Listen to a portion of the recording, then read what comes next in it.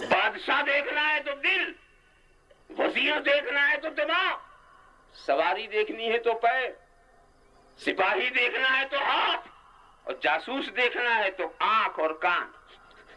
باہر کی جاسوسی کرتے ہیں، باہر کی خبریں اندر پہنچاتے ہیں۔ جنگل دیکھنا ہے تو سر کا بال دیکھو، اور جنگلی جانور دیکھنا ہے تو گھر جا کر امتحان کر لو کس کے جنگل میں کیا ہے، اب اس کا ذکر یہاں کیا ہے، کیوں تمہارے جنگل میں کوئی جنگلی جانور بھی ہے کہ نہیں وہ تم سمجھ لینا۔ اور دوسری بات یہ ہے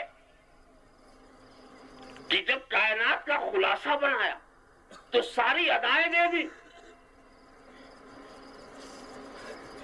دوسرے جانوروں کا حال بتاؤں، خدا نے جو صفت انہیں دی ہے پورے قبیلے میں وہی۔ کیا مطلب؟ شیر بہادر ہے تو کوئی شیر بزدل نہیں ملے گا، بہادر ہے تو بہادر، پورا قبیلہ پورا خاندان بہادر۔ لومڑی چالاک ہے تو کوئی لومڑی بیوقوف نہیں ملے گی، کوا حریص ہے تو کوئی کوا غنی نہیں ملے گا۔ جس میں جو خصلت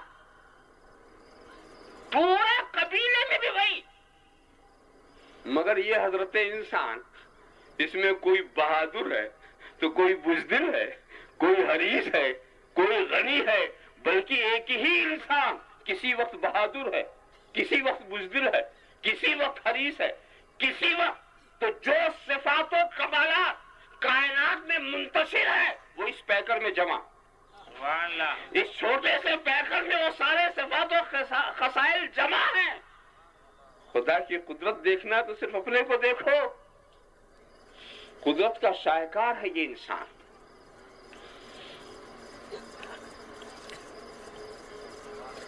اور اگر اور آگے دیکھنا ہے، اتنا کچھ دیکھنے کے بعد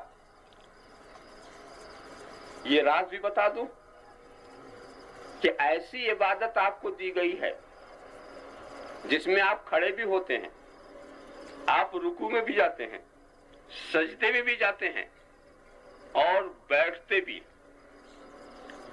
جتنی ادائیں آپ سے ممکن ہیں وہ ہر انداز سے آپ اس کو نماز کو ادا کرتے ہیں۔ اور مخلوقات میں دیکھو، رب تبارک و تعالیٰ نے کسی کو کھڑا کر دیا جیسے درخت تو وہ کھڑے ہی ہیں، کسی کو جھکا دیا جیسے چارپائے جانور تو یہ جھکے ہوئے ہیں، کسی کو بٹھا دیا جیسے پہاڑ وہ بیٹھے ہوئے ہیں، اور کسی کو زمین سے لگا دیا جیسے کیڑے مکوڑے سانپ وغیرہ تو وہ زمین سے لگ کے چلتے ہیں، اور جو جس حال میں چلتا ہے اسی حال میں خدا کو یاد کرتا ہے۔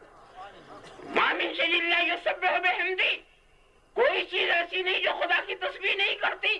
تو ساری مخلوق خدا کی تسبیح میں لگی ہے، مگر بیٹھنے والے کو قیام والے کی تسبیح نہیں ملی، قیام والے کو بیٹھنے والے کی تسبیح نہیں ملی، قیام والے کو رکوع والے کی تسبیح نہیں ملی۔ مگر جب تو ساری کائنات کا جامع ہے تو تجھے ایسی عبادت دی گئی جس میں ساری کائنات کے عمل کی تسبیح مل جائے، سارے کائنات جامع عبادت کائنات۔ سبحان اللہ۔ اور دوسری بات یہ ہے، یہ بھی تمہاری شرافت ہے، فرشتوں کو جس ڈھنگ سے بنا دیا خدا نے ویسے ہی ہیں۔ کچھ فرشتے کھڑے ہی حالت میں پیدا کیے گئے، آج تک کھڑے ہوئے ہیں، کچھ حالت رکوع میں پیدا کیے گئے، آج تک حالت رکوع میں ہے، کچھ حالت سجدہ میں پیدا کیے گئے، آج تک حالت سجدہ میں ہے، کچھ صرف بیٹھے ہوئے ہیں، وہ آج تک حالت قعود میں ہے۔ تو جس حالت میں ہے وہ خدا کے ذکر میں لگے ہوئے ہیں، مگر تو ہی ایک ایسا ہے کہ قیام والی عبادت بھی تیرے پاس، رکوع والی عبادت تیرے پاس، سجدے والی عبادت، تو کمالات عبادات ملائکہ کو بھی جمع کرنے والی یہی عبادت نماز ہے۔ اسی سے تم ساری عبادتوں کو جمع کیے ہوئے ہو۔ بتاؤ، ایک پیکر کے اندر ایسی ایسی خوبیاں، یہ خدا کی قدرت کا شاہکار۔ اور اب بھی کچھ نہ سمجھ سکے تو سمجھ لو، میرا خدا وہ ہے جس نے دریاؤں کو پیدا کیا، دریا کے پانی کے اندر روانی پیدا کی اور اس نے اصول بنائے کہ جو دریا میں آئے گا وہ غرق ہو جائے گا، ڈوب جائے گا. یہ ضابطۂ قدرت ہے. میں قربان جاؤں اس کی شان قدرت پر. جہاں اس نے یہ طے کیا تھا کہ دریا کا کام ڈبو دینا ہے، وہاں اس نے یہ بھی فیصلہ کر دیا تھا کہ اگر میرے کلیم نے جھلا کے ایسا مار دیا تو اسے راستہ بھی دینا ہوگا، اسے راستہ بھی دینا ہوگا. کیا ہی عظیم قدرت ہے، کیا ہی شان ہے. میرا خدا وہ ہے جس نے شعلوں کے اندر حرارت پیدا کی اور اس نے قانون بنا دیا کہ آگ کا کام خاکستر کر دینا ہے. آگ اپنے پجاریوں کی بھی رعایت نہیں کرے گی. کوئی بھی جائے گا آگ اسے جلا کر کے مٹا دے گی. مگر قربان جاؤ اس کی قدرت پر کہ اس نے یہ بھی طے کیا تھا کہ اگر میرا خلیل آتش کدے میں گیا تو اسے ٹھنڈا ہونا پڑے گا، اسے ٹھنڈا ہونا پڑے گا. میرا خدا وہ ہے جس نے نظام شمسی و قمری کو مرتب فرمایا، سارے راستے متعین کر دیے. اے چاند تجھے یوں نکلنا ہے، یوں چلنا ہے، یوں ڈوبنا ہے. اے سورج تجھے یوں طلوع ہونا ہے، یوں عروج کی منزلیں طے کرنی ہے، پھر یوں غروب ہونا ہے، یوں زوال کی منزلوں کو طے کرنا ہے. وہ نظام چل رہا ہے، حکم الہی سے چل رہا ہے، چلتا ہی رہے گا، آج تک چل رہا ہے. مگر قربان جاؤ اس کی قدرت پر جس نے یہ نظام بنایا تھا. اس نے کہا اے چاند تجھے یوں ہی چلنا ہے، یوں ہی اٹھنا ہے، یوں ہی ڈوبنا ہے. تجھے خلاف ورزی نہیں کرنی ہے. مگر اگر میرے محبوب نے اشارہ کیا تو اے چاند تجھے ٹکڑے ہونا پڑے گا، اے سورج تجھے پلٹنا پڑے گا. اے سورج دنیا دیکھ لے کہ تو یا تو خالق کے حکم سے چلتا ہے یا مالک کے حکم سے چلتا ہے، یا مالک کے حکم سے چلتا ہے. اللہم صلی علی سیدنا مولانا محمد کما تحب و ترضى بأن تصلی علیہ.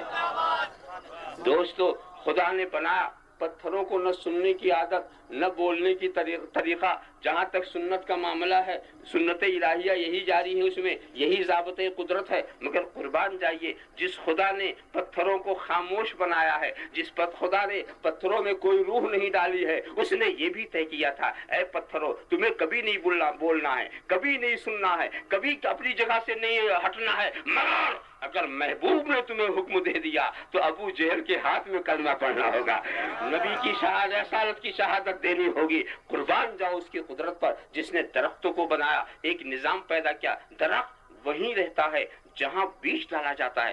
درخت کہیں بھی نہیں جاتا، درخت کہیں نہیں ہٹتا، وہیں ہوگا. ہرا بھرا ہوگا تو وہیں ہوگا، خشک ہوگا تو وہیں ہوگا. اپنی جگہ چھوڑنا یہ قانون قدرت میں نہیں ہے. مگر قربان جاؤ اس کی قدرت پر جس نے یہ بتایا، یہ قانون بنایا اور بناتے وقت یہ بھی طے کر دیا اے درختوں تمہیں اپنی جگہ کبھی نہیں چھوڑنی ہے. مگر اگر محبوب نے بلایا تو تمہیں جگہ چھوڑ کے جانی ہی پڑے گی. رسول کی بارگاہ میں جا کر کے شہادت دینی ہوگی اور پھر اپنی جگہ پر واپس آنا ہوگا. سرکار اگر حکم دیں گے، رسول تمہیں بھیجیں گے، تمہیں آنا ہوگا. ذرا سا آپ خیال کرتے چلے جاؤ کیسا قادر مطلق ہے، کیسی قدرت والا ہے. یہاں پر بہت ہی مختصر کر دوں بات کو. جو کائنات کو بنا سکتا ہے دے نہیں سکتا.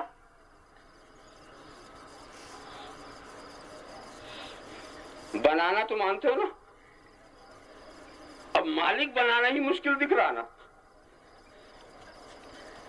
پوری کائنات بنانا آسان اور مالک بنانا مشکل. اپنے اعتبار سے ایک بات بتاؤ،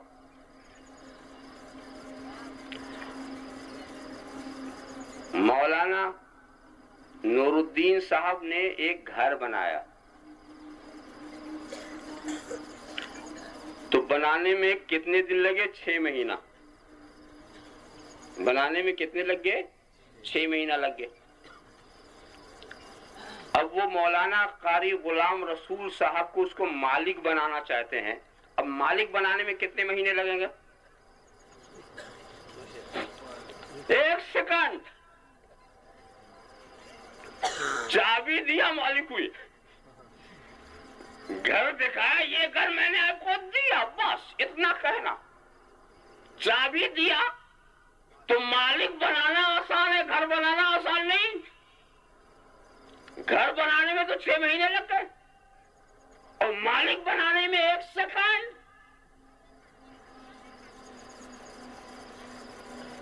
کائنات کا بنانا تو آسان لگے اور مالک بنانا مشکل. خدا کے لیے تو کچھ بھی مشکل نہیں، نہ کائنات کو بنانا مشکل نہ مالک. مگر ہمارے حساب سے دیکھو کہ کسی چیز کا بنانا مشکل ہے، مالک بنانا مشکل نہیں. بڑے تعجب کی بات ہے کہ کائنات کے بنانے پہ قدرت مانگتے ہیں اور مالک بنانے کی قدرت نہیں مانگتے. سبحان اللہ سبحان اللہ. جو کام نہایت آسان اس کی قدرت نہیں مانگتے اور حجت کرتے اور کہتے ہیں ساری کائنات کا مالک جب رسول ہو گئے تو خدا کس کا مالک رہا؟ اسی کا نام ہے وسوسہ. یوسوس فی صدور الناس قل اعوذ برب الناس ملک الناس الہ الناس من شر الوسواس الخناس. یہ وسواس جو خناس ہے اس کے شر سے پناہ مانگتے ہو کہ نہیں؟ خناس کے شر سے. خناس کسے کہتے ہیں؟ کیا خناس کے دو سینگ ہوتی ہے؟ کیا خناس کے دو چار ٹانگیں ہوتی ہیں؟ تو قرآن کہتا ہے ایسا نہیں ہے. الذی یوسوس فی صدور الناس، جو لوگوں کے دلوں میں وسوسہ ڈالے وہی ہے خناس. سبحان اللہ. تو جب کل تمہارے دلوں میں کوئی وسوسہ ڈالنے آئے تو سمجھ لینا یہی ہے خناس. الذی یوسوس فی صدور الناس من الجنۃ والناس. چاہے جن ہو چاہے انسان ہو، انسان بھی خناس ہوتا ہے. انسان بھی خناس ہوتا ہے، جن بھی خناس ہوتے ہیں. تو جو بھی وسوسہ ڈالے وہ خناس. میں کسی کو خناس نہیں کہتا، میں خناس کی تعریف قرآن کریم کی روشنی میں کر رہا ہوں کہ قرآن کے نزدیک خناس کون ہے. اگر تم سے یہ کوئی کہے ہم کو خناس کہا ہم کو خناس کہا تو کہنا بھائی تجھے تیرا نہ نام لیا، نہ تیرے باپ کا نام لیا، نہ دادا کا نام لیا، نہ خاندان کا نام لیا، تو نے یہ کیسے سمجھا کہ تجھے کو کہا؟ کیا کچھ ہے دال میں کھایا؟ الذی یوسوس فی صدور الناس من الجنۃ والناس. تو وسوسہ خدا نے سب کچھ کا مالک بنا دیا تو خدا کے پاس کیا رہا؟ مولانا نور الدین نے سب کچھ کا مالک بنا دیا قاری صاحب کو تو مولانا کے پاس کیا رہا؟ کتنا بڑا وسوسہ. تو اس وسوسے کا جواب بتاؤں اتنا ہی آسان. اس سے پوچھنا کہ تو ایسے ہی لا خیرہ ہو کے پھر رہا ہے اس گاؤں سے اس گاؤں میں، اس گاؤں سے اس گاؤں میں، کہ تیرے پاس کچھ مکان بھی ہے، کوئی گھر ہے، کوئی مکان ہے، کوئی جائیداد ہے، کوئی کھیتی باڑی ہے، کچھ ہے، یا ایسے ہی جوتیاں چٹکھاتے پھر رہا؟ اگر ہاں میرے پاس گھر ہے تو مجھے بتا تو اپنے گھر کا مالک ہے کہ نہیں؟ تو اپنی جائیداد کا مالک ہے کہ نہیں؟ تو اپنے بینک بیلنس کا مالک ہے کہ نہیں؟ تو اپنے باغ کا مالک ہے کہ نہیں؟ تو اپنی زمین کا مالک ہے کہ نہیں؟ اگر کہے نہیں تو نکال کے باہر کرو کہ جب تو مالک نہیں تو رہنے کا حق کیا؟ اور اگر کہے کہ ہاں ہم اپنے مکان کے مالک، دکان کے مالک، باغ کے مالک، کھیت کے مالک، بینک بیلنس کے مالک، تو پوچھو کیا تیرا مکان خدا کی ملکیت سے نکل گیا؟ جب تو مالک تو خدا کیسے مالک؟ جب تو مالک تو خدا کیسے مالک؟ ارے بیوقوف نہیں جانتا، خدا کی ملکیت حقیقی ہے، وہ مالک بنا کے بھی مالک رہتا ہے. یہ ہماری ملکیت ہے جو ناقص ہے، یہ ہماری ملکیت ہے جو فانی ہے. ہم کسی کو مالک بناتے ہیں تو مالک نہیں رہ جاتے. وہ خدا کی ملکیت ہے جو حقیقی ہے، وہ مالک بنا کے بھی مالک رہتا ہے. وہ مالک بنا کے بھی مالک رہتا ہے تو اس نے مالک بنا دیا کائنات کا رسول عربی کو، اور خود مالک ہے رسول عربی کا. اللهم صل على سيدنا مولانا محمد وعلى سيدنا مولانا محمد كما تحب وترضى بأن تصلي عليه. مگر پھر کہیں آپ بول پڑے تو پھر کیوں مالک بنا دیا؟ سچی بات تو لا يسأل عما يفعل. تجھے کیا حق ہے کہ تو یہ پوچھے کہ خدا نے ایسا کیوں کیا؟ ارے اگر تجھے پوچھنا ہے تو یہ پوچھ، اے خدا تو نے مجھے پیدا کیوں کیا؟ یہ تیرے کام کی بات ہے. ایسا کیوں کیا ویسا کیوں کیا؟ ارے مالک ہے جو چاہے کرے.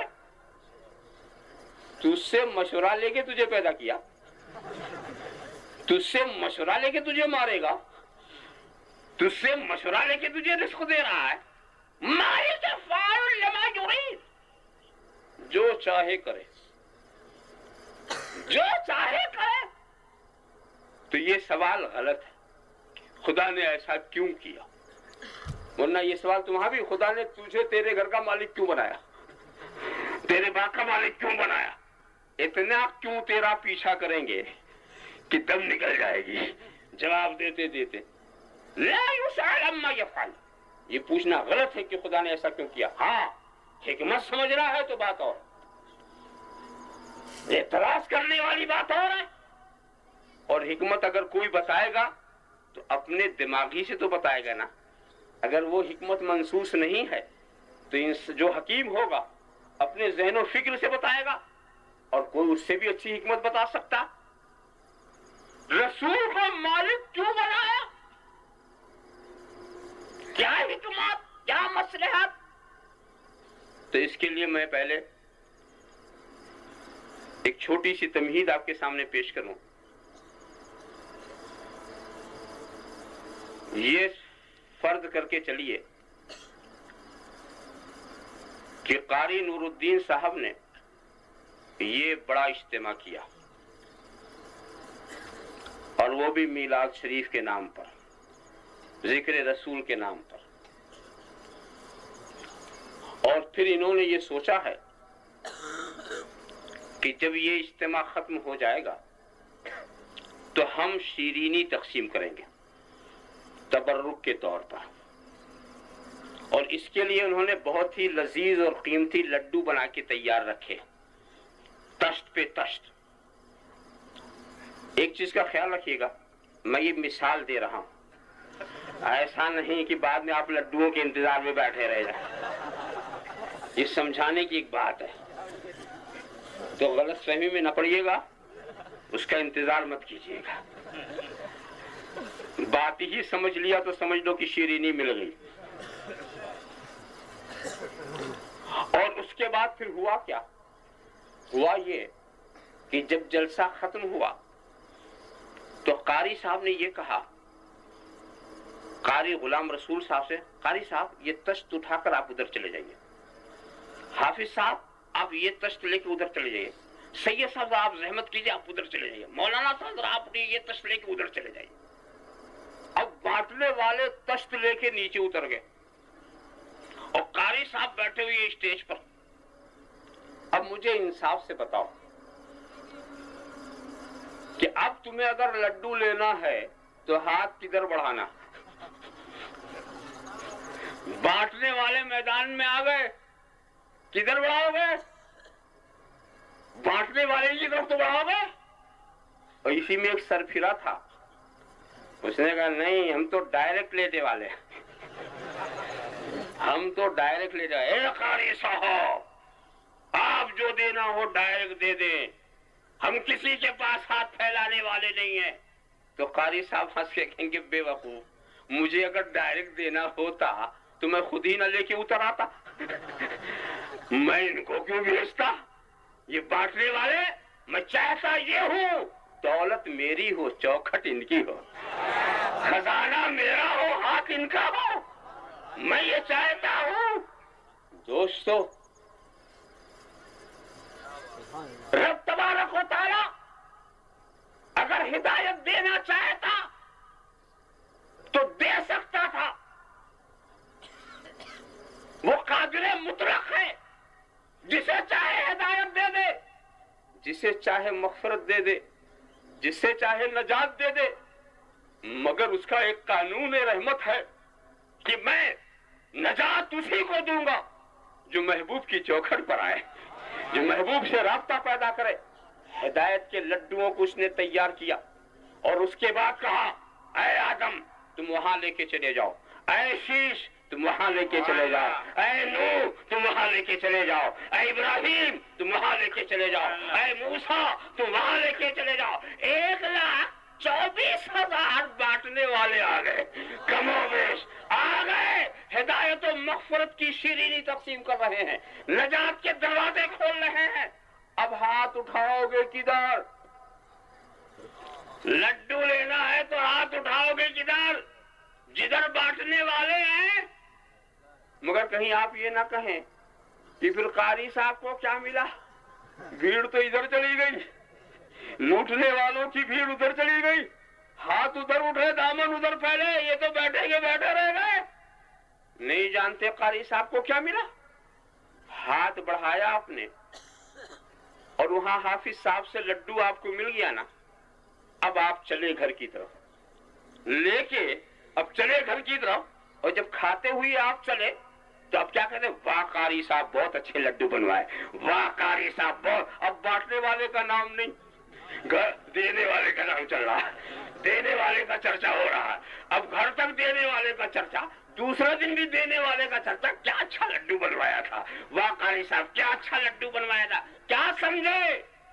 بانٹنے والے کی طرف ہاتھ بڑھتا ہے اور دینے والے کی طرف دل جھکتا ہے، دینے والے کی طرف دل جھکتا ہے۔ یہی تو ہم کہہ رہے ہیں، خدا دینے والا ہے، رسول بانٹنے والے ہیں، ادھر ہاتھ بڑھاؤ ادھر سر جھکاؤ، دینے والے کے آگے سر جھکاؤ، بانٹنے والے کے آگے ہاتھ بڑھاؤ۔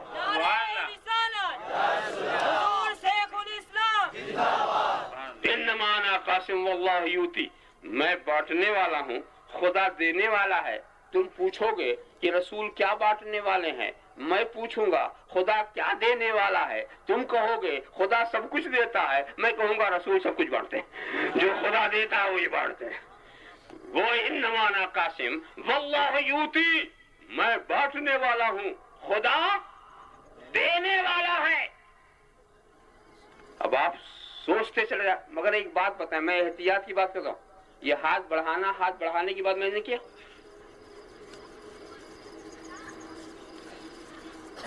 ایک ہے دعا کے لیے ہاتھ اٹھانا، یہ بہت ہی نازک فرق ہے جو بے عقل لوگ سمجھ نہیں پاتے۔ ایک ہے دعا کے لیے ہاتھ اٹھانا اور ایک ہے کسی چیز کو لینے کے لیے ہاتھ بڑھانا۔ تو دعا کے لیے ہاتھ صرف خدا کی بارگاہ میں اٹھایا جائے گا، دعا صرف خدا سے کی جائے گی۔ کیوں؟ الدعا مخ العبادہ، دعا عبادت کا مقصد، دعا ہی تو عبادت ہے اور عبادت صرف خدا کی۔ تو دعا کے لیے ہم ہاتھ خدا کے آگے اٹھاتے ہیں، مگر لینے کے لیے جہاں سے ملتا ادھر بڑھاتے ہیں۔ لینے والا ہاتھ تو جہاں سے ملے گا وہاں رہے گا۔ اب اگر میں دعا کروں، اے اللہ مجھے یہ دے دے، اللہ مجھے 5 روپیہ دے دے، اللہ مجھے 5 روپیہ دے دے، اللہ مجھے 5 روپیہ دے دے، اور قاری صاحب نے جیب سے نکالا، اب ہاتھ ادھر جا رہا، ابھی تو ہاتھ ادھر اڑا تھا نا، اب ہاتھ ادھر جا رہا، ادھر والا ہاتھ دعا کا تھا، ادھر والا لینے کا، ادھر والا کہ جو ہم کعبے کے سامنے کھڑے ہوتے ہیں تو وہ دعا کا ہاتھ ہے، اور جب گنبد خضرا کے سامنے کھڑے ہوتے ہیں تو وہ لینے کا ہاتھ ہے، وہ لینے والا ہاتھ ہے۔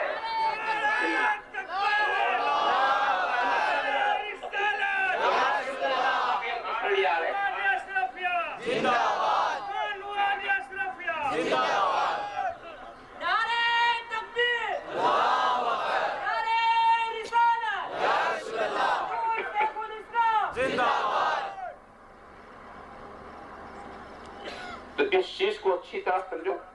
یہاں ایک بات اور ہے جو اکثر میں کہا کرتا ہوں اور وہ سمجھنے کی بات ہے۔ لوگوں کو مغالطہ کیا ہوا؟ مغالطہ یہ ہوا کہ وہ خدا کی قدرت کو تو مانتے ہیں، قانون کو نہیں مانتے۔ اور مومن وہ ہے جو قدرت بھی مانے اور قانون بھی مانے، اور قدرت اور قانون کا فرق وہ نہیں محسوس کر پاتے۔ ایک ہے قدرت الہی اور ایک ہے سنت الہی، ایک ہے اللہ کی قدرت، ایک ہے اللہ کا قانون۔ دونوں اللہ ہی کے ہیں۔ اللہ اس بات پر قادر ہے کہ بغیر ماں باپ کے پیدا کر دے، ہے قدرت کی نہیں، جیسے اس نے حضرت آدم کو پیدا کیا، اس بات پر بھی قادر ہے کہ بغیر ماں کے پیدا کر دے، جیسے حضرت حوا کو پیدا کیا، اس بات پر بھی قادر ہے کہ بغیر باپ کے پیدا کر دے، جیسے کہ حضرت عیسیٰ کو پیدا کیا۔ قدرت تو ہے مگر قانون یہ ہے کہ ماں باپ کے ذریعہ ہی پیدا کروں گا۔ لہذا قدرت کو دیکھ کر کے تنہا صاحب اولاد ہونے کو نہ سوچیے گا۔ سبحان اللہ، سبحان اللہ۔ یہ قدرت ہے، قدرت ہے، قدرت ہے، شادی کی ضرورت ہے، کیا ہے؟ قدرت ہے۔ ارے قدرت کے ساتھ ساتھ قانون بھی مان۔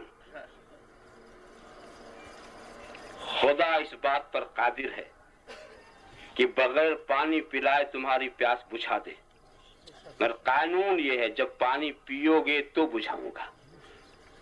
خدا اس بات پر قادر ہے کہ بغیر کھانا کھلائے بھوک مٹا دے، قانون یہ ہے جب کھاؤ گے تو مٹاؤں گا۔ خدا اس بات پر قادر ہے کہ بغیر دوا کے تمہارا کو اچھا کر دے، قانون یہ ہے دوا کھاؤ گے تب اچھا کروں گا۔ دوائیں اچھا نہیں کرتی، اچھا کرنے والا تو خدا ہی ہے۔ پانی پیاس نہیں بجھاتا، پیاس بجھانے والا تو خدا ہی ہے۔ کھانا بھوک نہیں مٹاتا، بھوک مٹانے والا تو خدا ہی ہے۔ یہ سب اس کے ذریعہ، اور یہ خدا کا قانون ہے۔ مجھے بتاؤ،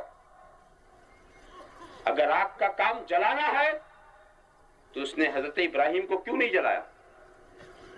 اگر چھری کا کام کاٹنا ہے تو اس نے حضرت اسماعیل کا گلا کیوں نہیں کاٹا؟ مان کسی کا کام کچھ نہیں، سب امر ربی، جہاں حکم ہوتا ہے جلا دے، جہاں حکم ہو نہ جلائے۔ تو قدرت ہے کہ نہیں؟ مگر قانون یہ ہے، قدرت تو یہ ہے کہ تمہیں زہر پلا کے زندگی دے دے، اور قانون یہ ہے پیو گے تو مار دوں گا۔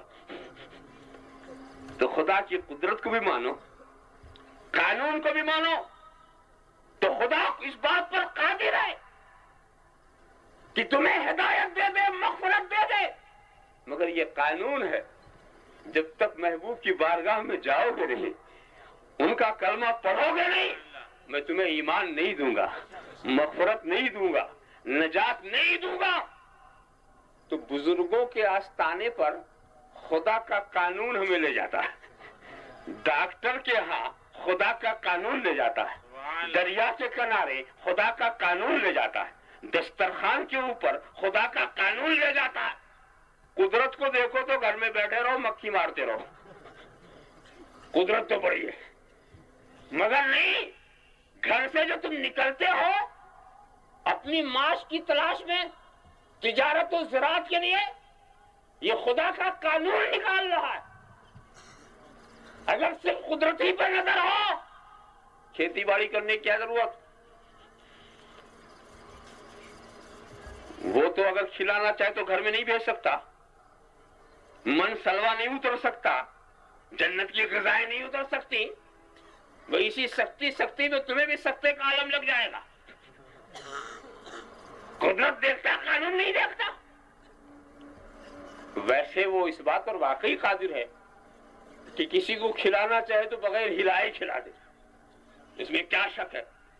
ایک صاحب امتحان لینے بیٹھ گئے، میں خود نہ کھاؤں تو خدا کیسے کھلائے گا؟ آ گیا دماغ میں خلل، میں خود نہ کھاؤں تو خدا کیسے کھلائے گا؟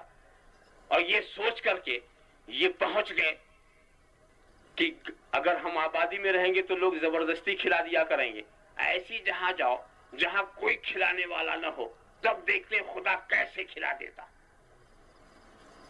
اور پہنچ گئے ایک جنگل میں، اور وہاں ایک پہاڑی کی غار کے اندر چھپ گئے، پڑے رہے، کوئی کھلانے پلانے والا نہیں۔ اتفاق سے ایک قافلہ وہاں سے گزرا،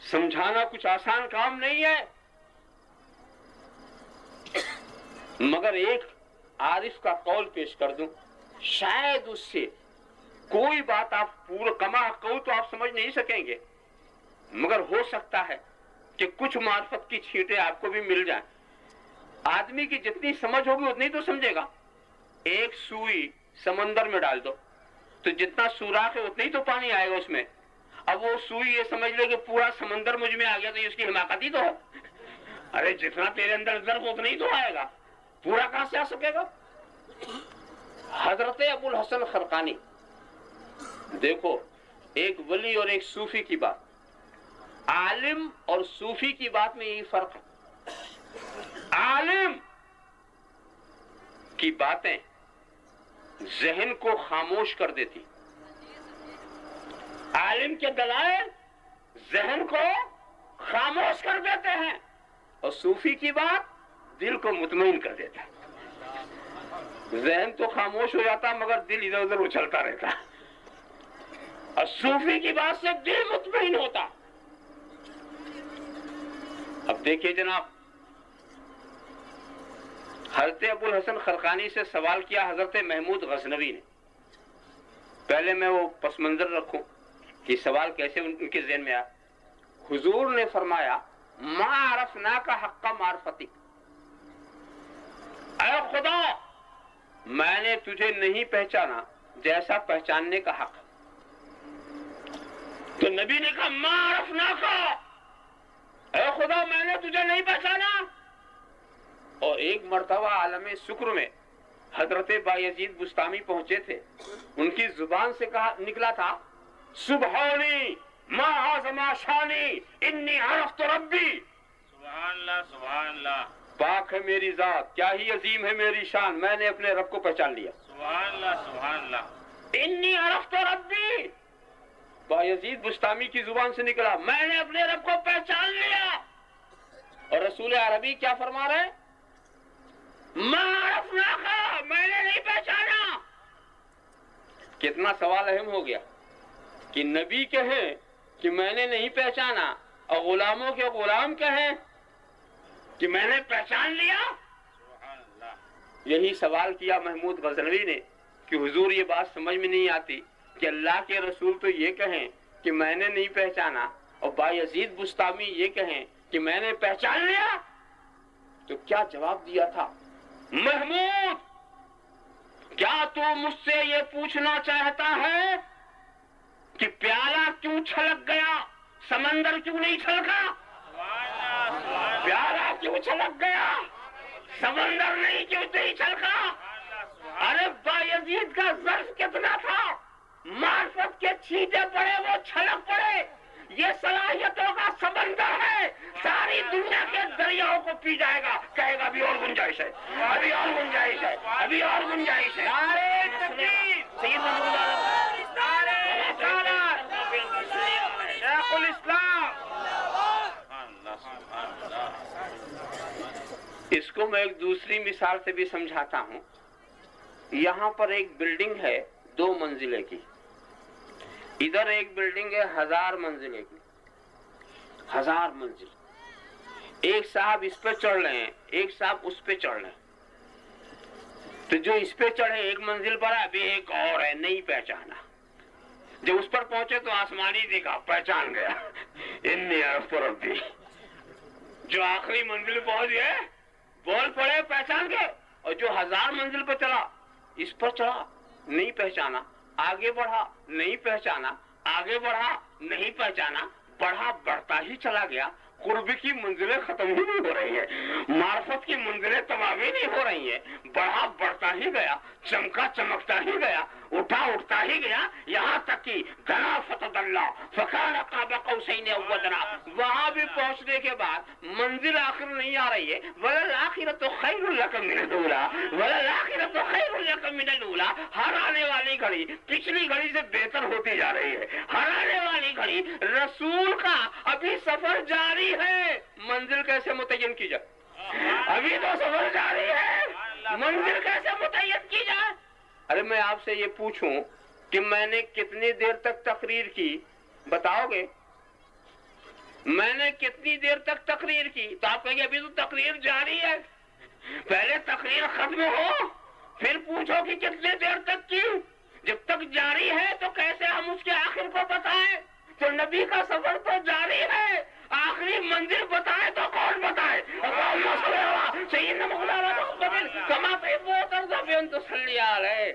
ذرا صاحب خیال کرتے جنائیں. تو صلاحیتوں کا سمندر، صلاحیتوں کا سمندر. اور اچھی طرح سے یہ بات سمجھ لو. اچھا اب جب تم نے سمندر مان لیا تو سمندر سے کچھ لینا ہے، بغیر جھکے ملے گا؟ جھک نہیں پڑے گا نا.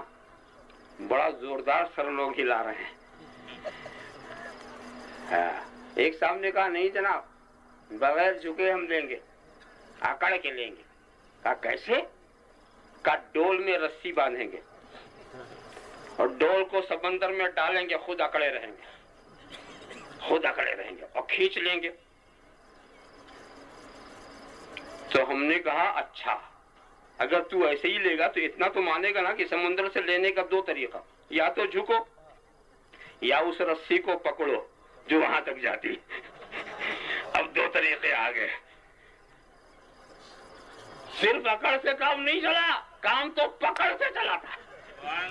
اکڑے رہ جاتے تو میں دیکھتا، وہ تو جب پکڑ لیا تھا کام اس نے بنایا.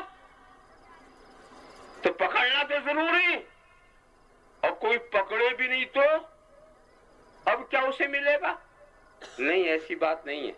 جو نہیں پکڑتے سمندر انہیں بھی دیتا ہے، دینے کا انداز بدل جاتا ہے. یہی تو اس کی شان رحمت للعالمین ہے، یہی تو اس کی شان رحمت للعالمین. جو جھک کے لیتے ہیں، جتنا بڑا ظرف لے جاتے ہیں لاتے ہیں، جو رسی پکڑتے ہیں وہ جتنا بڑا ڈول باندھیں گے لے آئیں گے، مگر جو بھاگتا ہے سمندر اسے بھی دیتا ہے. طریقہ اس کا یہ ہے، بخارات اٹھایا، وہ بخارات ابر بن کر کے پھیل گئے، بارش بن کے برسے، پہاڑوں سے گرے. ہم نام الگ الگ دے دیتے ہیں مگر سب وہی سمندر ہی کا پانی ہے.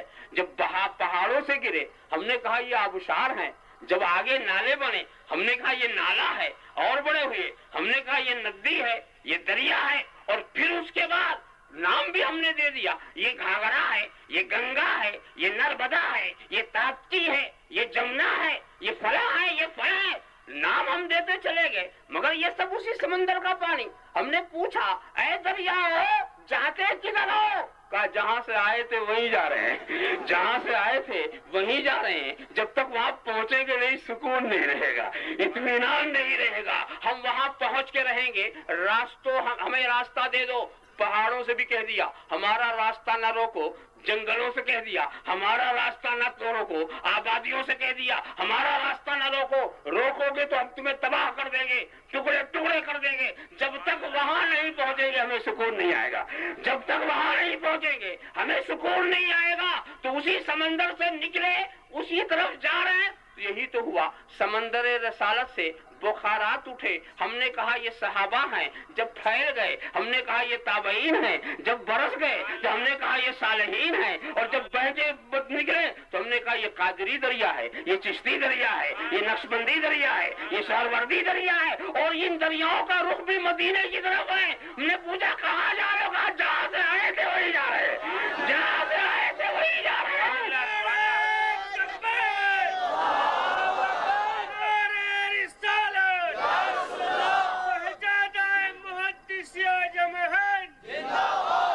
اور دوستو ایک بات بھی بتائیں کہ دریا بہ رہا ہے، یہ قادری دریا، یہ نقشبندی دریا، یہ سہروردی دریا کب تک یہ نام رہے گا؟ جب تک سمندر سے دور رہیں گے. سمندر میں گئے نہ کوئی گنگا ہے، نہ کوئی جمنا ہے، نہ کوئی گھاگرا ہے، نہ کوئی ہے. تو یہ جب تک سمندر رسالت سے دور رہیں گے، الگ الگ نام سے ممتاز رہیں گے. اور جب وہاں پہنچیں گے ادب کا ہے زیر آسماں ازارش نازکتا نفس گم کردنی آیت جنید و بایزیدی جا، جنید و یزید جا، اور وہاں نہ کوئی جنید ہے، نہ کوئی بایزید ہے، نہ کوئی غوث ہے، نہ کوئی خواجہ ہے، بس رسول کی رحمت والی چادر ہے۔ اسی نور کی رحمت میں، اسی نورانی فضا میں یہ نورانی لوگ ایسا گم ہو جائیں گے کہ نظر ہی نہیں آئیں گے۔ جب تک دور تھے دکھائی دے رہے تھے، اب تو دامن میں چھپ گئے ہیں۔ اللہم صلی علی سیدنا مولانا محمد کما تحب و ترضی بین تصلی علیہ۔ اور ایک بات اور بھی بتا دوں، یہ جب بارش ہوتی ہے تو ایسے ہی ہر جگہ نہیں ہوتی، سمندر پر بھی ہوتی۔ جہاں سے بخارات اٹھے وہیں پھر برسے۔ کیا مطلب برسے تو ان بادلوں کو یہ نہیں سوچنا چاہیے کہ ہم نے سمندر پر کچھ احسان کیا، ہم نے سمندر پر کچھ احسان کیا ہے، اسی کا پانی تھا اسی کو واپس کر دیا ہے، اور کوئی احسان نہیں کیا۔ تو سمجھ لو اے درود کے پڑھنے والوں، یہ مت سمجھنا کہ تم رسول پر احسان کر رہے ہو، تم رسول پر احسان انہی کی رحمت ہے جو واپس کر رہے ہو۔ اللہم صلی علی سیدنا مولانا محمد وعلی سیدنا مولانا محمد کما تحب و ترضی بین تصلی علیہ۔ اس بات کو اچھی طرح سمجھو، رسول تمہارے درود کے محتاج نہیں، تمہارے درود سے رسول کو کوئی فائدہ نہیں، خدا تمہاری عبادت کا محتاج نہیں، تمہاری عبادت سے خدا کا کوئی کمال بڑھتا نہیں، خدا کا کوئی درجہ اونچا ہوتا نہیں۔ تم عبادت نہیں کرو گے جب بھی وہ معبود، وہ تمہارے عبادت کرنے سے معبود نہیں ہے، یہ تمہارے درود پڑھنے سے رسول نہیں ہے۔ پڑھو چاہے نہ پڑھو، یہ رسول ہے، رحمت ہے۔ خدا کی عبادت کرو یا نہ کرو، معبود ہے، مسجود ہے۔ سبحان اللہ۔ تمہارے محنت تو یہ تمہاری عبادت سے تمہیں کو فائدہ، تمہاری عبادت سے خدا کو فائدہ نہیں ہے۔ تمہارے درجے بلند ہوں گے، تمہاری نجات ہوگی، اس میں تمہاری صلاح و فلاح ہے۔ رسول پہ درود پڑھنے سے رسول کا فائدہ نہیں، تمہارا فائدہ ہے، تم پر رحمتوں کا نزول ہوگا۔ یہ مت سمجھو کہ اگر تم رسول اور آل رسول پر درود پڑھتے ہو تو بڑا درجہ آل رسول کا بڑھ جائے گا، نہیں، جس کا درجہ بلند ہے اتنا ہی رہے گا۔ سادات سے لوگ محبت کرتے ہیں نا، اور محبت کے عجیب عجیب انداز ہیں، مگر یاد رکھنا آپ کی محبت کرنے سے، آپ کے ہاتھ چومنے سے کسی سید کا درجہ بلند نہیں ہوتا۔ آپ اگر درجہ بڑھانے کے لیے چوم رہے ہیں تو یہ آپ کی غلطی ہے، آپ کے عمل سے کچھ نہیں ہوتا۔ وہ سید جس مقام پر ہوتا وہی رہتا، وہ سید جس درجے کا ہے وہی رہے گا۔ اگر وہ غریب ہے تو امیر نہیں ہوتا، اگر وہ غیر متقی ہے تو متقی نہیں ہو جاتا تمہارے ہاتھ چومنے سے، اگر وہ مزدور ہے تو مالک نہیں ہو جاتا، جو اس کی حیثیت ہے وہی رہے گی۔ تو تمہیں کیا ملا؟ حضرت امام احمد رضا نے ایک سید کی پالکی کاندھے پہ لے کے، مزدور سید تھا، اس کی پالکی کاندھے پہ لے کے چلے تو کیا وہ مزدور مالک بن گیا؟ وہ تو مزدور کا مزدور ہی رہا، وہ غریب کا غریب رہا۔ وہ پالکی پہ لے جو چلے تو کیا اس کو مالک بنانے کے لیے چلے تھے؟ کیا سرمایہ دار بننے کے لیے چلے تھے؟ تو سید کو پالکی پہ لے کے کچھ سید کو بلند کرنے کے لیے نہیں چلے تھے، خود اپنے کو بلند کرنے کے لیے چلے تھے، خود اپنے کو بلند کرنے کے لیے چلے تھے، خود اپنے کو بارگاہ رسول میں مقرب بنانے کے لیے چلے تھے، قرب رسول حاصل کرنے کے لیے چلے تھے، رسول کی محبت لینے کے لیے چلے تھے کہ جب ہم ان کے گھرانے کے بچوں سے محبت کریں گے تو رسول کی محبت ہمیں ملے گی، رسول کی عنایت ہمیں ملے گی۔ تو یہ سب لوگ اپنے فائدے میں چلے تھے، اپنے فائدے میں چلے تھے۔ تو سید کے بارے میں جو کچھ انہوں نے کیا اس سے سید کو کچھ نہیں ملے گا، انہی کو سب کچھ ملا۔ انہیں کو سب کچھ ملا، انہیں کو سب کچھ ملا، یہاں کے بھی درجے بلند ہوئے، وہاں کے بھی درجے بلند ہوئے۔ جب انہوں نے اپنے کو یہ کہنا شروع کر دیا میں غوث کے در کا کتا ہوں، میں غوث کے در کا کتا ہوں، میں سیدوں کا غلام ہوں، جب انہوں نے یہ کہنا شروع کر دیا تو جو سید جہاں تھا وہی تھا، کچھ اونچا نہیں ہوا، مگر اتنا دیکھا گیا کہ غوث نے اپنی آل کو مجبور کر دیا کہ جب اس نے اپنی غلامی کی بات کر لی ہے، غلامی کی قسم کھا لی ہے، تو اس کے پرچم کو بلند کرو، اس کا نام پھیلا دو۔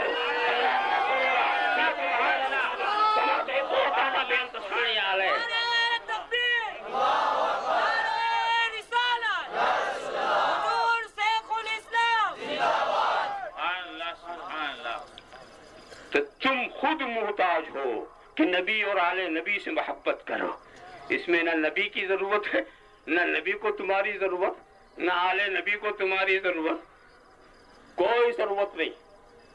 اس معاملے میں میں صاف عرض کر دینا چاہتا ہوں کہ یہ نسبت والی جو بات ہوتی ہے وہ عجیب ہوتی ہے۔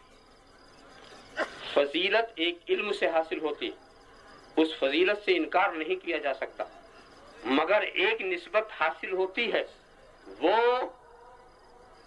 نسب سے حاصل ہوتی ہے۔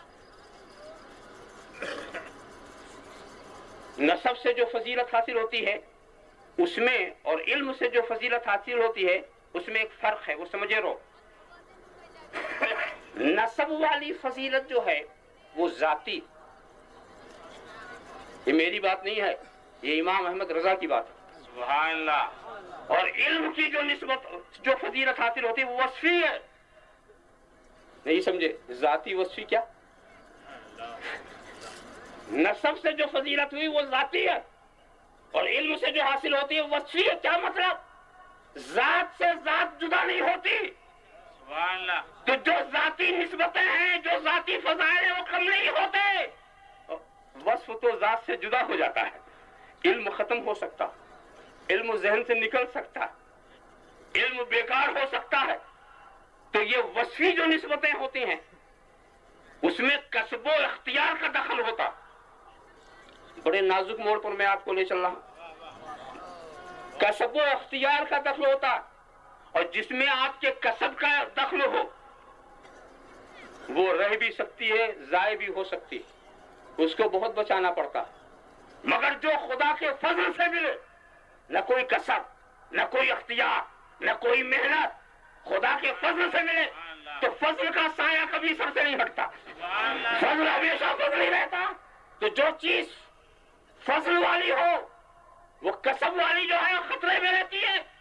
میں تمہیں بتاؤں، شیطان بہک گیا علم کے باوجود، عمل کے باوجود، ظاہری تقوی کے باوجود، 6 کروڑ برس تک عبادت کرنے کے باوجود بہک گیا۔ فرشتے نہیں بہکے، کیوں؟ شیطان جس مقام پر گیا تھا وہ اپنی محنت سے گیا تھا، اور فرشتے جس مقام پر تھے وہ خدا کے فضل سے ہیں۔ فضل والے بچ گئے، فضل والے بچ گئے، محنت والا تباہ ہو گیا، محنت والا تباہ ہو گیا۔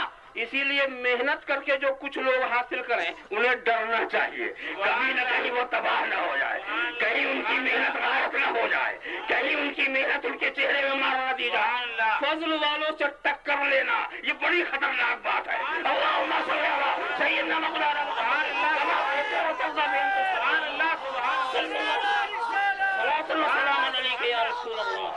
صلی اللہ علیہ نبی۔ نعرہ تکبیر، نعرہ رسالت، شیخ الاسلام، مفکر اسلام، خاندان اشرفیہ، نعرہ تکبیر، نعرہ رسالت۔ سبحان اللہ، سبحان اللہ۔ ایک آیت کریمہ لوگ پڑھ دیتے ہیں، بہت پڑھتے چل رہے ہیں۔ ان اکرمکم عند اللہ اتقاکم، ان اکرمکم عند اللہ اتقاکم، تم میں سب سے زیادہ مکرم وہ ہے جو سب سے زیادہ متقی ہے۔ تو تقویٰ دیکھو، تقویٰ دیکھو، نسب دیکھنا نہیں، یہ نہیں دیکھنا، وہ نہیں دیکھنا، بس تقویٰ دیکھو۔ ارے تقویٰ دیکھنے کی چیز ہی نہیں، دیکھے کیسے؟ تقویٰ تو دل سے تعلق ہے، تقویٰ تو دیکھنے کی چیز نہیں ہے اور تم مجھے تقویٰ دکھا رہا. تقویٰ میں اس قرآن کریم کی آیت سے میں ثابت کروں گا. دیکھو جس تقوی کا یہاں ذکر ہے اس کا ایک معنی مشہور یہی ہے جو بتایا میں نے، اور مگر زبان کے ضابطے کے لحاظ سے اس کا کیا معنی وہ میں بتاؤں گا. اور یہ دونوں معنی تمام تفاسیر میں ہیں. تفسیر کبیر اٹھا کے دیکھ لو، روح المعانی اٹھا کے دیکھ لو، تفسیر ابو سعود اٹھا کے دیکھ لو، ہر جگہ دونوں معنی ہیں. ایک معنی کو اشہر کہا گیا ہے، ایک معنی کو اظہر کہا گیا ہے، ایک معنی وہ جو مشہور ہے. آج کل کے خطیب اور بھی اس کو شہرت دے رہے ہیں. مشہور معنی کیا ہے کہ خدا کے نزدیک تم میں مکرم وہ ہے جو سب سے زیادہ متقی ہے. تو اس معنی کا حاصل ہو کہ پہلے تقویٰ تم حاصل کرو تب تمہیں کرامت حاصل ہوگی.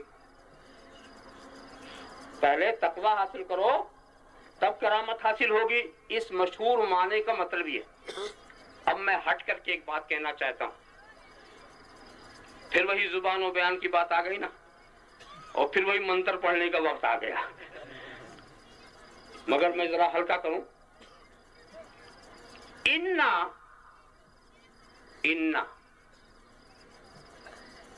اکرمکم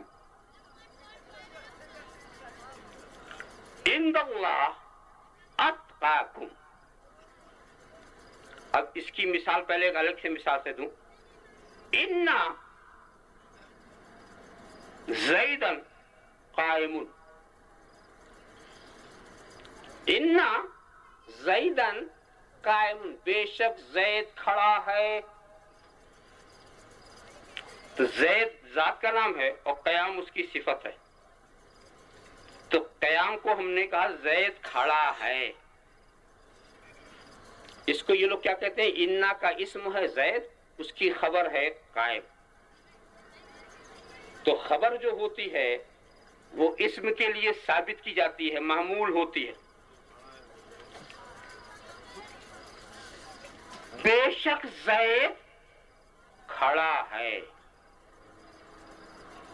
کیا مطلب؟ پہلے زید ہے پھر قیام ہے. پہلے زید ہے پھر قیام ہے. قیام سے زید نہیں ہے، زید سے قیام ہے. سبحان اللہ. قیام سے زید نہیں ہے، زید سے قیام ہے. ان اکرمکم، بے شک تم میں جو خدا کے نزدیک مقرب ہے وہی متقی ہے. سبحان اللہ. سبحان اللہ. جو خدا کے نزدیک سبحان اللہ. مقرب ہے وہی متقی ہے. مطلب یہ ہے کیا بات ہے، کیا کہ تقوی سے کرامت نہیں ملتی، کرامت سے تقوی ملتا ہے. سبحان اللہ. سبحان اللہ. سبحان اللہ. پہلے خدا کے نزدیک مکرم بنو. کیا بات. خدا جسے مکرم بنا دے وہ متقی. سبحان اللہ. سبحان اللہ. خدا جسے مکرم بنا دے وہ متقی. ایک چھوٹا سا بچہ اور خدا نے اسی کو مکرم کر دیا، ایک بھی عمل نہیں کیا مگر متقی. ایک بھی عمل اس نے نہیں کیا مگر متقی. ایمان کی دولت دے کر خدا کسی کو کرامت بخش دے تو کرامت سے تقوی ملتا ہے. اور یہ جو کرامت سے تقوی ملے یہ تقوی وہ ہے جس میں کسی کے کسب کا دخل نہیں ہے. سبحان اللہ. خدا جسے بنانا چاہے تو پوچھ لینا کہ ان کو کب خبر ملی کہ خدا نے انہیں متقی بنایا. اللہم صلی علی سیدنا مولانا محمد کما تحب و ترضی ان تصلی علیہ. خدا جس کو اپنا مکرم بناتا ہے اسے متقی بناتا ہے، سبحان اللہ. اس پر اپنا فضل کرتا ہے. ایک تقویٰ تو وہی ہے جو محنت سے آپ حاصل کرتے ہیں، جو ابلیس نے حاصل کیا تھا وہ تو خطرے ہی میں رہتا ہے.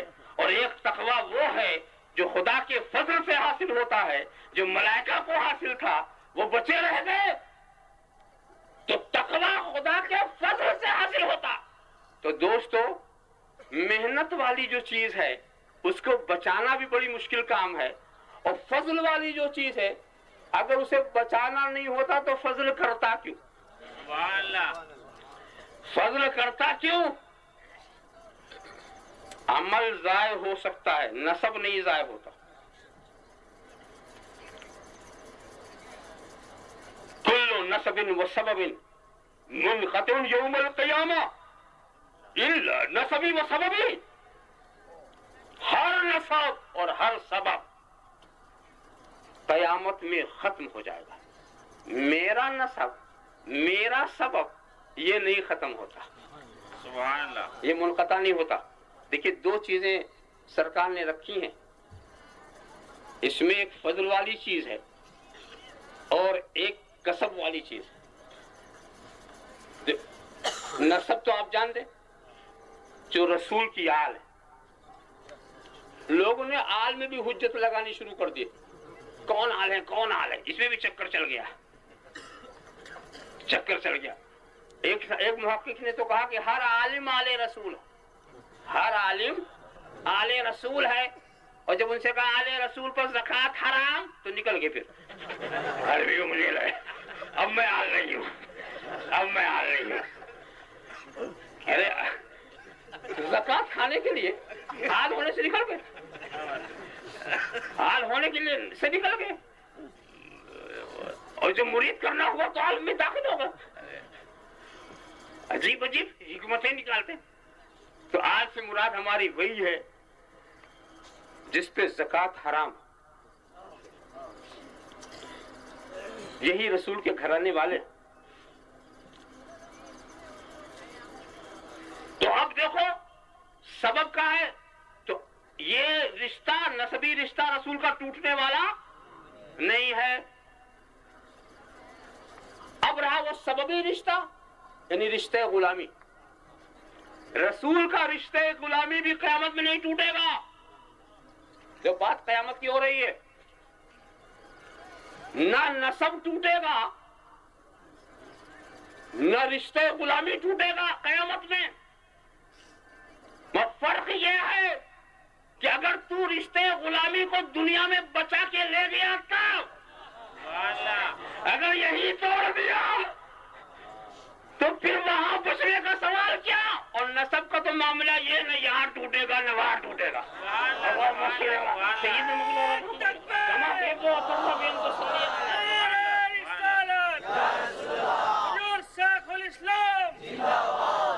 پہلے رشتے غلامی کو بچا، آخر وقت تک بچا. اب اسی رشتے غلامی کو لے کے بچ کے نکل گیا تو اب وہاں نہیں ٹوٹے گا. مگر یہی اگر تو توڑ چکا تو پھر وہاں لگے گا بھی نہیں. سارے نسب ختم ہو جائیں گے. نسب کے ٹوٹنے کا مطلب کیا ہو؟ نسب کے ٹوٹنے کا کیا مطلب یہ ہے کہ وہاں کوئی باپ بیٹا نہیں ہوگا، کیا وہاں بھائی بھائی نہیں ہوگا؟ ایسا تو نہیں ہوگا. کیا آپ نے حدیث نہیں پڑھی کہ اگر کسی کا چھوٹا بچہ انتقال کر گیا تو بغیر اپنے باپ کو لیے ہوئے نہیں جائے گا جنت میں؟ تو اگر نسب ٹوٹ جائے تو اس کا باپ کون؟ نسب نہیں ٹوٹے گا کا مطلب کیا ہے؟ میرا نسب نہیں ٹوٹے گا، دوسرے کا ٹوٹ جائے گا مطلب دوسروں کا نسب جو ہے وہ مفید نہیں ہوگا، میرا ہی نسب مفید ہوگا، میرا ہی رشتہ غلامی مفید ہوگا. اور جو دوسرے نسب والے اپنے نسب والے کو فائدہ جو پہنچائیں گے اس کی وجہ بھی میرا ہی رشتہ غلامی ہے. اللہم صلی علی سیدنا مولانا محمد کما تحب و ترضى بأن تصلي عليه. نعرہ رسالت حضور شیخ الاسلام. اب تو لوگ یہ کہتے پھر رہے ہیں، حالانکہ کہنے کی کوئی ضرورت نہیں تھی. پیر بنانے کے لیے سید ہونا ضروری نہیں، پیر بنانے کے لیے سید ہونا ضروری نہیں. مجھ سے پوچھو یہ کہنا کب ضروری ہے جناب کو؟ یہ جو آپ بک رہے ہیں اس میں کون سا چور چھپا ہوا ہے؟ آپ چاہتے کیا ہے؟ دل کے اندر کون سا لابھ معاملہ ہے جو آپ یہ آج تک تو کوئی ایسا نہیں بولا کس نے کہا تھا ضروری؟ کس نے کہا ہے کہ پیر ہونے کے لیے سید ضروری؟ جب کسی نے کہا نہیں تو کس کے رد کے لیے یہ بات کہی جا رہی ہے؟ ارے کوئی کہے تب کہو نا، یہ تو کوئی بھی نہیں بولتا کہ پیر بنانے کے لیے سید ضروری۔ بلکہ اعلیٰ حضرت فاضل بریلوی کی زبان میں اگر آپ سننا چاہتے ہیں تو سنیے، ان سے پوچھا گیا تھا کیا پیر بنانے کے لیے سید ہونا ضروری ہے؟ کیا پیر بنانے کے لیے سید ہونا ضروری ہے؟ تو اعلیٰ حضرت نے یہ کہا کہ نہیں، پیر ہونے کے لیے سید ہونا ضروری نہیں، صرف 4 شرطیں، صرف 4 شرطیں۔ ایک تو وہ صحیح العقیدہ سنی ہو، اس کا عقیدہ صحیح، دوسرا وہ دین کا علم رکھتا ہو، تیسرا علانیہ شریعت کی خلاف ورزی نہ کرتا ہو، چوتھا اس کا سلسلہ حضور تک متصل ہو۔ جواب تو مکمل ہو گیا نا؟ فقہ کا جواب مکمل ہو گیا، مگر ابھی عشق کا جواب مکمل نہیں ہوا تھا۔ اعلیٰ حضرت نے اس کو یوں مکمل کیا کہ اگر یہ شرطیں کسی سید میں ملیں تو نور نلا نور۔ سبحان اللہ سبحان اللہ۔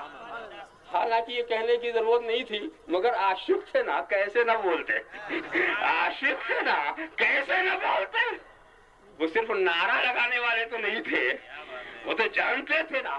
اور اس راز کو آپ سمجھو، اعلیٰ حضرت کے پیر و مرشد سید آل رسول مارارہ شریف،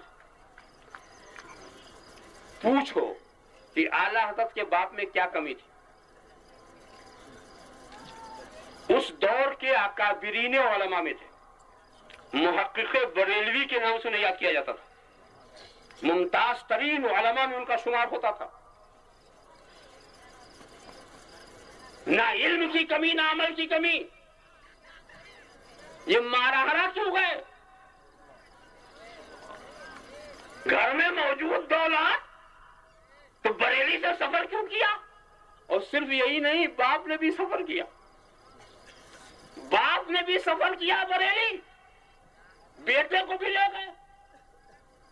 اور اس وقت مولانا عبد القادر صاحب بدایونی کی شخصیت، تاج الفہوم، جن کو اعلیٰ حضرت بھی اعلیٰ حضرت کہتے تھے، وہ موجود وہاں نہیں گئے۔ کیوں؟ بتا چکے تھے کہ اگر سید ہو تو نور نلا نور، لہذا وہ سید کی تلاش میں چلے گئے کہ جب اس صفات والے بہت ہیں تو سید ہو تو نور نلا نور۔ میں پوچھتا ہوں حضرت مفتی اعظم ہند کو تو بہت ساری نگاہوں نے دیکھا، ان کے پاس کیا علم و تقوی کی کوئی کمی؟ مگر پوچھو ان سے کہ اپنے باپ سے مرید کیوں نہیں ہوئے؟ اعلیٰ حضرت میں کس بات کی کمی تھی؟ وہ نوری میاں کے پاس کیوں گئے؟ نوری میاں کے پاس کیوں گئے؟ وہ جانتے تھے اگر سید ہو تو نور نلا نور، نور نلا نور۔ دیکھا، فتویٰ بھی لکھا، عمل کر کے دکھا بھی دیا، فتویٰ بھی لکھا، عمل کر کے دکھا دیا۔ وہ اس گھر کو جانتے تھے کہ رشتہ ہمیں رسول سے قائم کرنا ہے۔ اب رشتہ جب رسول سے قائم کرنا ہے تو جب گھر والا ملتا ہے تو گھر والے کے پاس کیوں جائیں؟ جب گھر والا ملتا ہے تو گھر والے کے پاس کیوں جائیں؟ گھر والے اور گھر والے کا فرق وہ خوب جانتے تھے کہ گھر والا کتنا بڑا عالم و متقی کیوں نہ ہو، بغیر اجازت گھر میں گھس نہیں سکتا، اور گھر والا کتنا ہی چھوٹا بچہ کیوں نہ ہو بغیر اجازت چلا جائے گا۔ اور گھر والا جب در پہ جا کر کے اندر والوں کو بلائے گا اور بچہ باہر نکلے گا تو یہ نہیں دیکھے گا کہ میں تو عالم ہوں، میں فاضل ہوں، میں متقی ہوں، میں ایسا ہوں، اس چھوٹے سے بچے سے کیا کام لوں؟ نہیں، اسی بچے سے کہے گا ذرا اپنے ابا جان سے کہہ دیجئے کہ ایک شخص آپ کا انتظار کر رہا ہے۔ تو ایسے متقی کو بھی گھر کے بچوں کی ضرورت ہے۔ اللہم صلی علی سیدنا مولانا محمد کما تحب و ترضى ان تصلی علیہ صلی اللہ علیہ وسلم صلاۃ و سلام علیک یا رسول اللہ۔ ذرا سا عجیب عجیب بات، اور پھر اتنا بہک گئے کہ یہ کہنے لگے کہ حضرت علی ہی سید نہیں. اور سید کی ایک تعریف انہوں نے گڑھ لی، ایسی تعریف نہ قرآن میں، نہ حدیث میں، نہ مجتہدین کے ارشادات میں، نہ صحابہ کے اقوال میں. حضرت علی کی جب توہین کرنے کا شوق ہوا تو انہوں نے کیا تعریف کر لی؟ سید وہ ہے جو حضرت فاطمہ کی اولاد سے ہو. یہ کہاں سے تو نے کر لیا؟ اگر اس معنی میں سید کی تعریف یہ جو حضرت فاطمہ کی اولاد سے ہو تو پھر نہ حضور سید، نہ حضرت علی سید، نہ حضرت فاطمہ سید. کوئی اپنی اولاد تھوڑی ہو جائے گا، کوئی سید نہیں. عجیب بات ہے، نہ باپ سید، نہ ماں سید، نہ نانا سید، نہ دادا سید. بیٹا سید کہاں سے ہو گیا؟ بیٹا سید کہاں سے ہو گیا؟ ارے یہ اسی لیے سید ہے کہ سیدوں کی اولاد ہے. علی بھی سید ہیں، رسول بھی سید ہیں، حضرت فاطمہ بھی سید ہیں. اللہ کے رسول نے کہا یا علی انت سید العرب، آپ عرب کے سردار ہیں، وہ مولائے کائنات ہیں، وہ سب سید ہیں. ان کی ساری نسل سید ہے، ان کی ساری نسل سید ہے. یہ کیا بات ہے؟ بیٹا سید باپ سید نہیں؟ بیٹا پٹھان ہے باپ پٹھان نہیں ہے، باپ پٹھان نہیں ہے.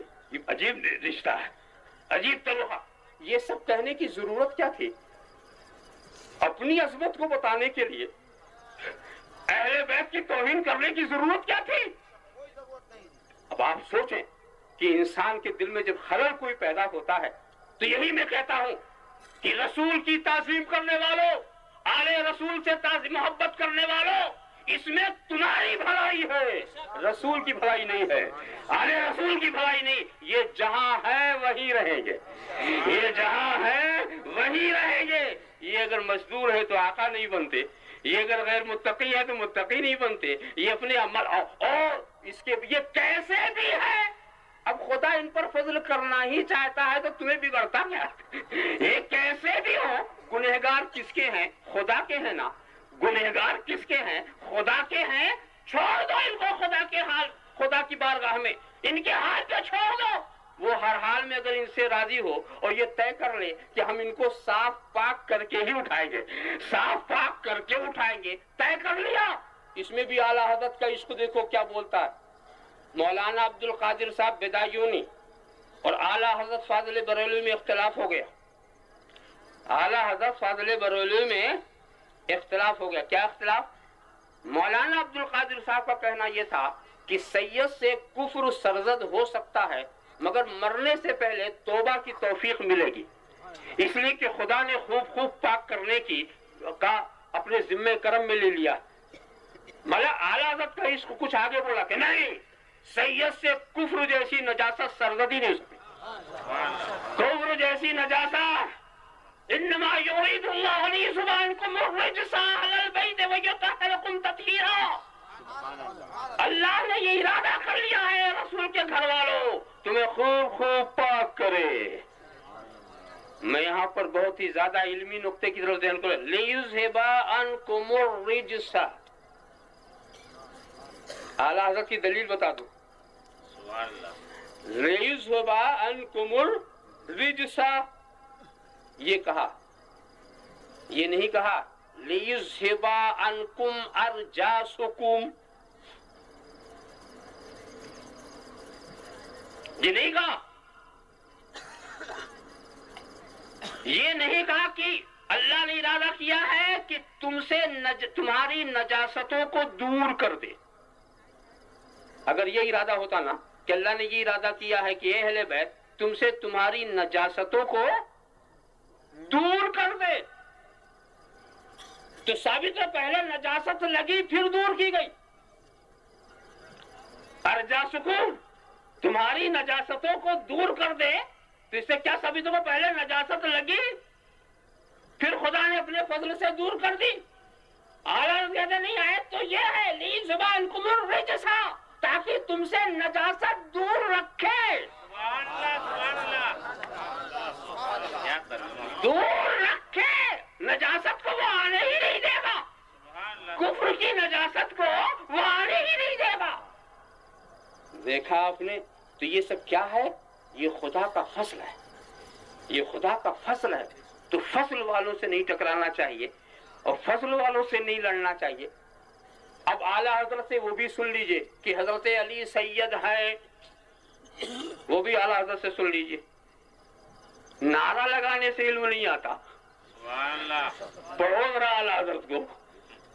اپنے کو محب اعلیٰ حضرت کہنے سے آپ محبت والے نہیں بنتے، ان کی روش پہ چلو، ان کی تعلیمات پر عمل کرو. سبحان اللہ. سبحان اللہ. اسی سوال کے جواب میں یہ کہا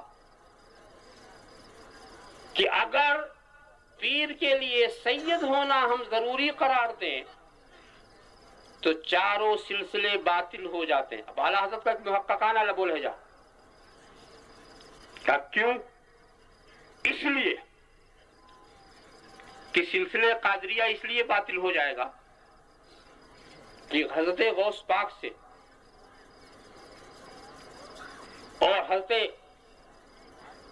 علی شیر خدا کے بیچ میں بہت سارے مشائخ ہیں جو سید نہیں، جیسے حضرت جنید بغدادی وغیرہ. تو اگر سید ہونا ضروری ہو تو سلسلہ قادریہ باطل، اور سلسلے چشتیہ اس لیے باطل کہ حضرت علی کے بعد، الفاظ سنیے یہ انہی کے الفاظ، حضرت علی کے بعد حضرت حسن بصری وہ سید نہیں، یعنی حضرت علی کو سید مانا، ان کے بعد حضرت حسن بصری سید نہیں. اور سلسلے نقشبندیہ یوں باطل ہو جائے گا کہ صدیق اکبر ہی سید نہیں. تو محققانہ انہوں نے حضرت علی کو سید مانا. اور شجرہ اٹھا کے دیکھو، اور کسی کے پاس اگر حضرت مفتی اعظم کا شجرہ ہو تو پڑھے دل، جس میں درود کے کلمات ہیں. جہاں اہل بیت کا ذکر ہے وہاں سید کا لفظ ہے، سید الکریم کا لفظ ہے، اور جہاں غیر سید کا ذکر ہے وہاں شیخ کا لفظ ہے. شجرہ بھی نہیں پڑھتے، سبحان اللہ. شجرہ بھی نہیں پڑھتے. ارے شجرہ تو پڑھ لیا کرو، زندگی میں ایک ہی بار پڑھ لو. اللہم صلی علی سیدنا مولانا محمد کما تحب و ترضى ان تصلی علیہ. ہاں تو بات یہ چل رہی تھی کہ سمندر پر اگر بارش ہو رہی ہے تو سمندر پر احسان نہیں ہے، یہ اسی کا پھیلایا ہوا بادل ہے جو برس رہا. تو دیکھو سمندر آ کے برس گیا کہ نہیں؟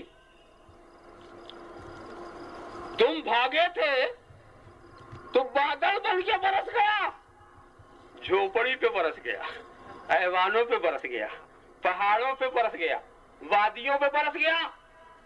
اب تم نہ لو، ہر زمین پہ برس گیا. کچھ زمین ایسی تھی جو گڈھے والی تھی، اس نے پانی جمع کیا، اپنی بھی پیاس بجھائی، دوسروں کی بجھا رہا. اور کچھ زمین ایسی تھی نرم و نازک تھی، اپنی پیاس بجھا لی، ہریالی پہ پھیل گئی، دوسرے کی پیاس نہ بجھی.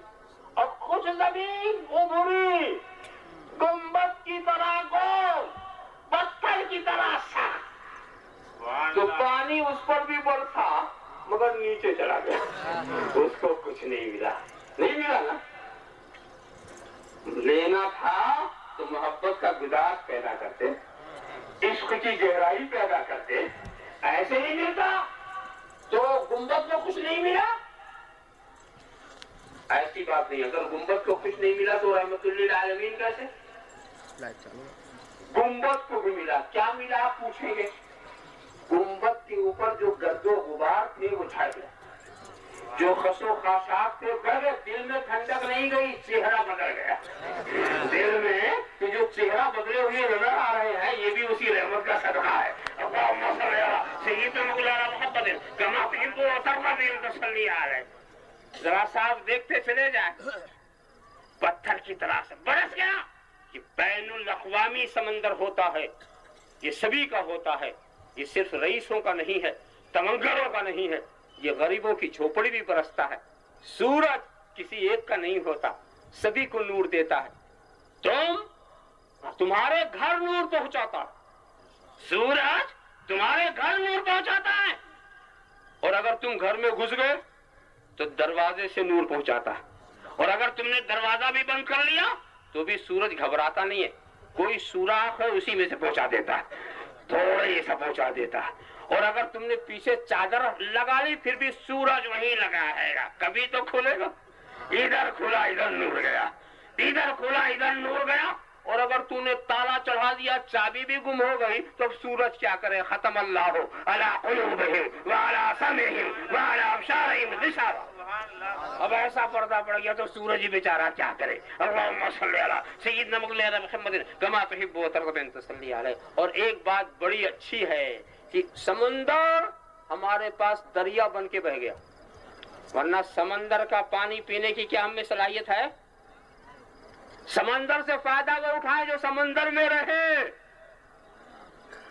وہ صحابہ کی شان تھی جو سمندر رسالت میں غوطہ لگا رہے تھے.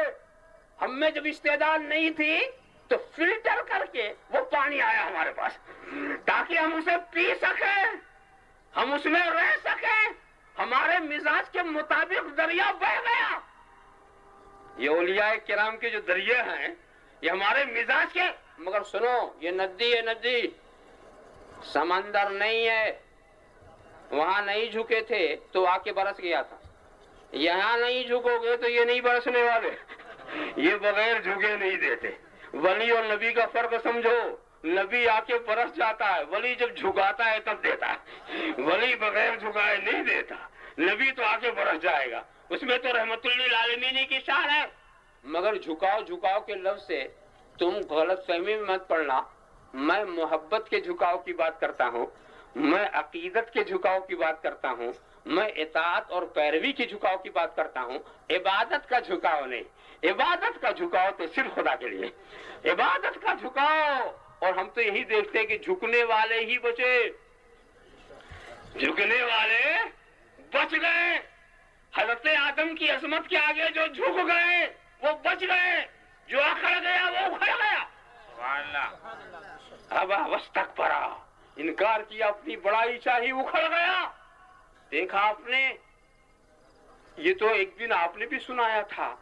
کیا بھائی آندھی آ گئی؟ آندھی آ گئی تو کیا ہوا؟ کہ موٹے موٹے درخت اکھڑ گئے. موٹے موٹے اکھڑ گئے تو چھوٹے چھوٹے تو نہ بچے ہوں گے. وہ کھیتوں میں جو نازک نازک جڑیں وہ نہیں کہے، وہ بچ گئے. کہے چھوٹے چھوٹے بچ گئے، موٹے موٹے اکھڑ گئے. کا معاملہ یہ تھا کہ آندھی پورے تیزی پر تھی اور جو موٹے موٹے تھے انہیں اپنی جڑوں پر غرور تھا، اپنے تنوں پر بھروسہ تھا، اپنی طاقت پر اعتبار تھا. اکڑ گئے، اکھڑ گئے. وہ اکڑ گئے، اکھڑ گئے. اور یہ جو چھوٹے چھوٹے تھے، آندھی آئی یہ جھک گئے. آندھی ادھر سے گزر گئے، ادھر سے آئی جھک گئے، ادھر سے گزر گئے. یہ جھکتے رہے، بچتے رہے، وہ اکڑتے رہے، اکھڑتے رہے، وہ اکڑتے رہے، اکھڑتے رہے. تو یہی تو ہوا نا. آندھی ادھر آئی، غوث کے آگے جھک گئے، بچ گئے. ادھر سے آئی، خواجہ کے آگے جھک گئے. ہم جھکتے رہے، بچتے رہے، یہ اکڑتے رہے، اکھڑتے رہے. کہیں پیر نہیں جم رہا، کہیں نہیں پیر. ارے یہ ادھر ادھر پھرنے والے پھر رہے ہیں. اور اس کے بعد دیکھو سعودی عرب جو ان کا آقا و مولا بنا ہوا ہے، اب وہاں بھی ان کے قدم اکھڑ گئے، وہاں سے بھی اکھڑ گئے. اکڑنے والا ہر جگہ اکھڑتا ہے. اللہم صلی علی سیدنا مولانا محمد کما تحب و ترضى ان تصلی علیہ. مختصر بات یہ ہے، خدا سب کچھ دینے کی قدرت رکھتا ہے، رسول سب کچھ لینے کی صلاحیت رکھتے ہیں. اس نے دے دیا، انہوں نے لے لیا. خالق کل نے آپ کو مالک کل بنا دیا. دونوں جہاں ہیں آپ کے قبضہ و اختیار میں. وآخر دعوانا ان الحمد للہ رب العالمین.